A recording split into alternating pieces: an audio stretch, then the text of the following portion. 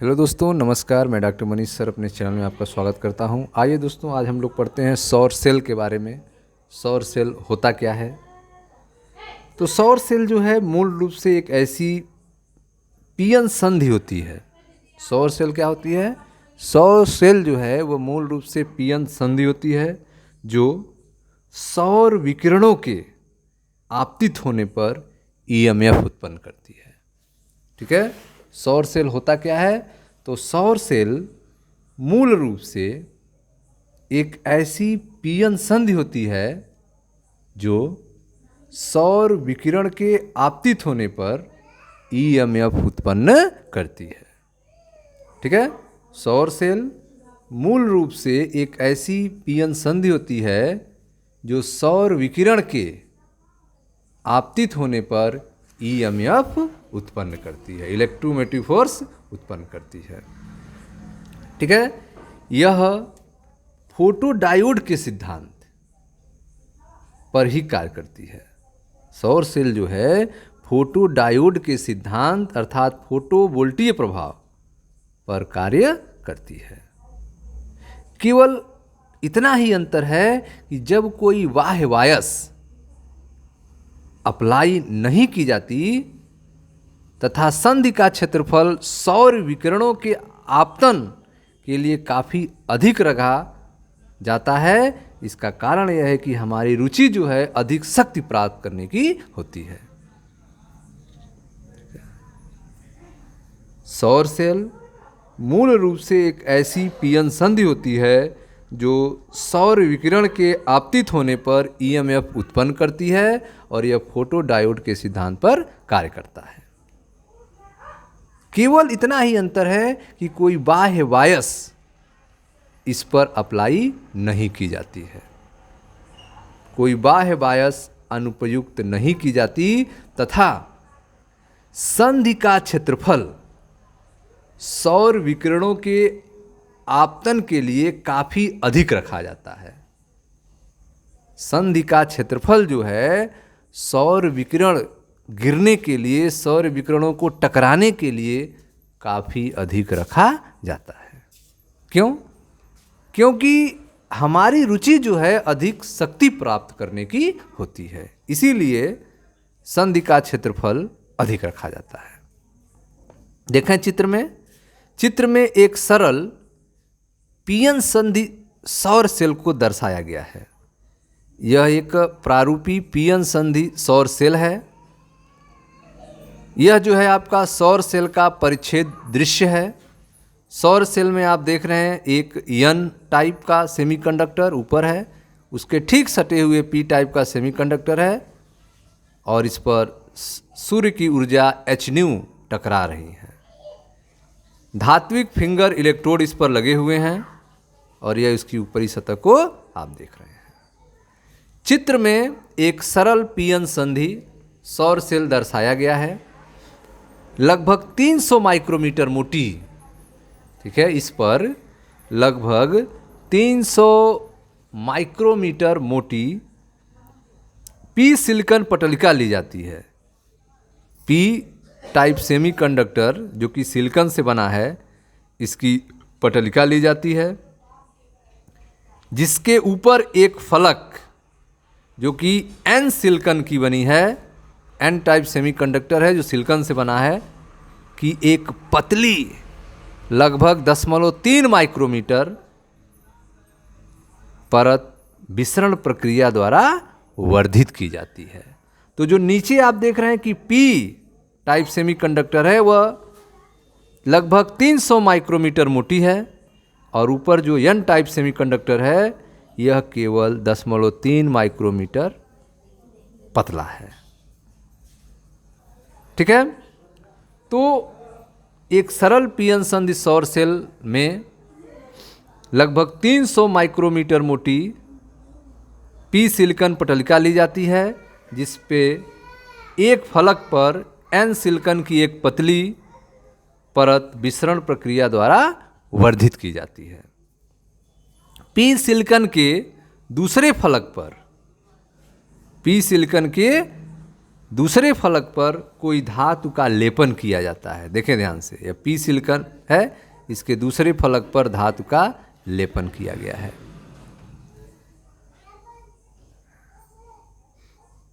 N silicon सतह के शीर्ष पर, यह एन सिलिकॉन सतह जो है इसके सिरे पर, एन सिलिकॉन सतह के शीर्ष पर धातु फिंगर इलेक्ट्रोड अथवा धात्विक निक्षेपित करते हैं, धात्विक ग्रिड निक्षेपित करते हैं। यह धातु फिंगर इलेक्ट्रोड को या धात्विक ग्रिड को एन सिलिकॉन सतह पर निक्षेपित किया जाता है।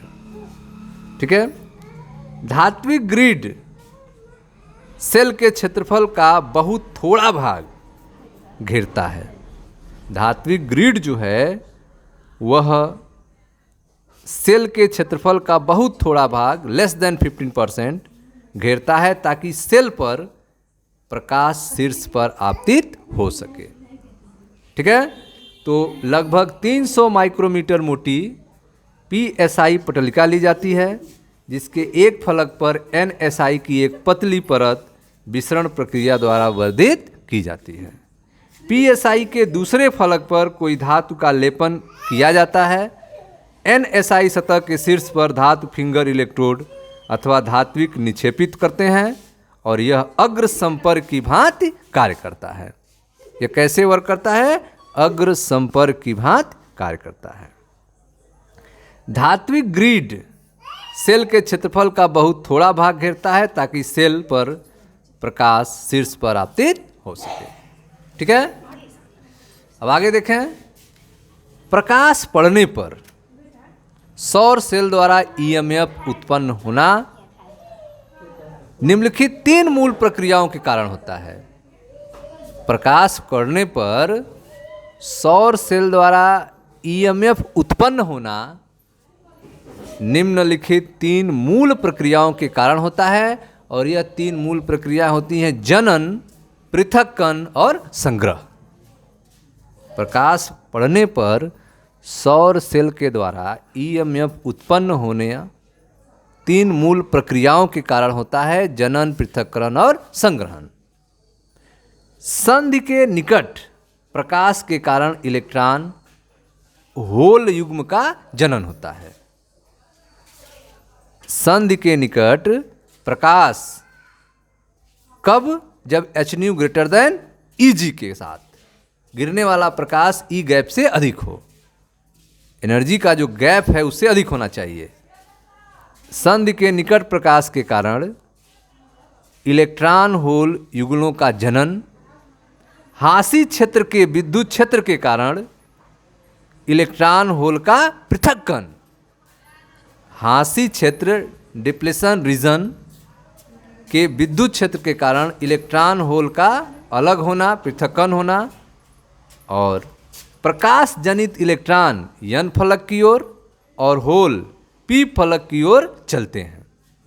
और तीसरा, N फलक पर पहुंचने वाले इलेक्ट्रॉन अग्र संपर्क द्वारा संग्रह किए जाते हैं और P फलक पर पहुंचने वाले होल पश्च संपर्क द्वारा संग्रह किए जाते हैं। इस प्रकार P फलक धनात्मक और N फलक ऋणात्मक हो जाता है, जिसके कारण फोटोवोल्टता प्राप्त होता है।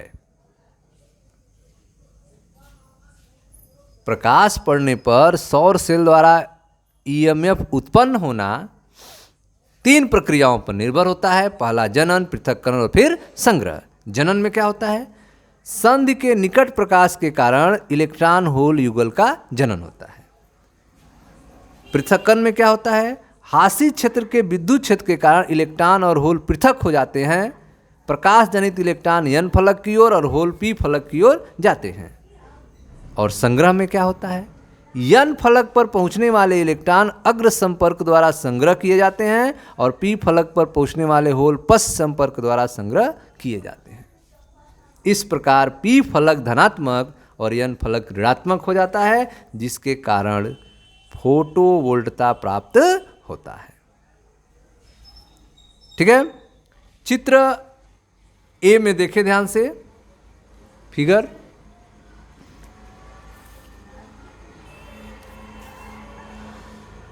चित्र में दर्शाए अनुसार कोई बाह्य लोड संयोजित किया जाता है। जैसे यहाँ देखें, बाहर IL, यहाँ पे लोड लगाया गया है बाहर, P और N से बाहर एक लोड लगाया गया, यह हांसी क्षेत्र है, इस पर प्रकाश गिर रहा है।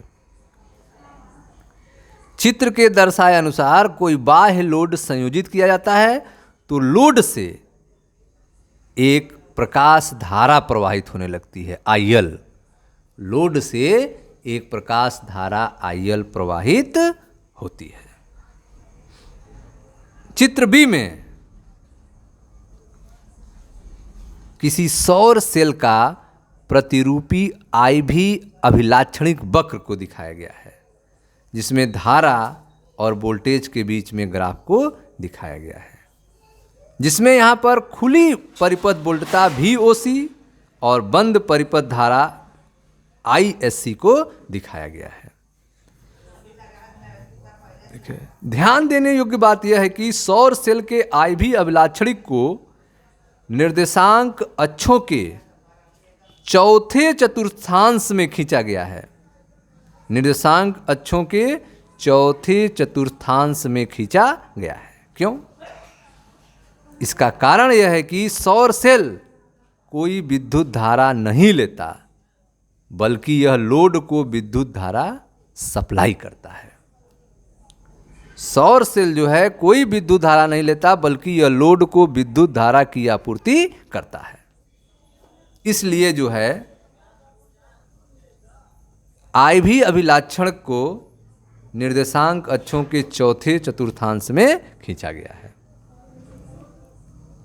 सौर सेल के निर्माण के लिए आदर्श पदार्थ के रूप में उन अर्धचालक को लेते हैं जिनका बैंड अंतराल 1.5 इलेक्ट्रॉन वोल्ट के निकट होता है। सौर सेल के निर्माण के लिए आदर्श पदार्थ के रूप में उन अर्धचालकों का यूज करते हैं जिनका बैंड अंतराल 1.5 इलेक्ट्रॉन वोल्ट के निकट होता है।